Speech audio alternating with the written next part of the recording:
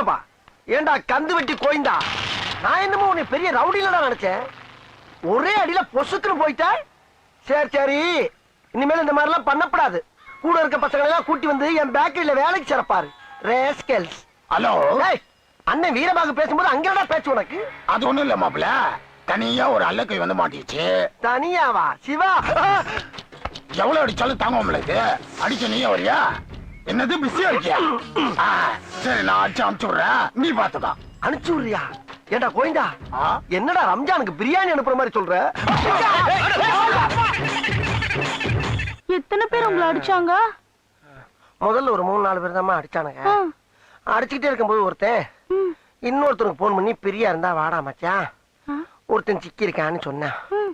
அவன் சொன்னா நான் பிஸியா இருக்கேன்டா, வேணா இங்க அனுப்பிச்சு விடு, நான் பாத்துக்கிறேன்னா. இவனுக்கு முடிச்ச உடனே ஒரு மீன்பாடி வண்டியில போட்டு அங்க அனுப்பிச்சு விட்டானுங்க. அங்க ஒரு 7 பேருமா. அவனுக்குனால எவ்வளவு முடியுமோ அவ்வளவு அடிச்சானுங்க.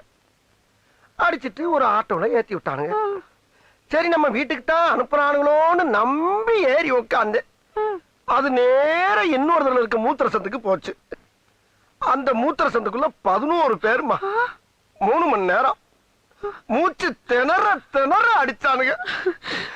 சரி, அடிச்சிட்டு போங்கடான்னு விட்டுட்டேன். விட்டுட்டீங்களா? அவங்கள அடிக்கலாம் இல்ல, ஏன்? அடிக்கும் போது ஒருத்தன் சொன்னா, எவ்வளவு அடிச்சாலும் தாங்குறான்டா, இவன் ரொம்ப நல்லவன்னு ஒரு வார்த்தை சொல்லிட்டாமா.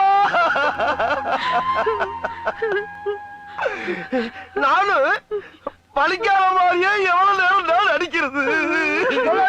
இவ்வளவுக்கும் காரணமான அந்த பெரியவன் சும்மா விடக்கூடாது. அது மட்டும் இல்ல,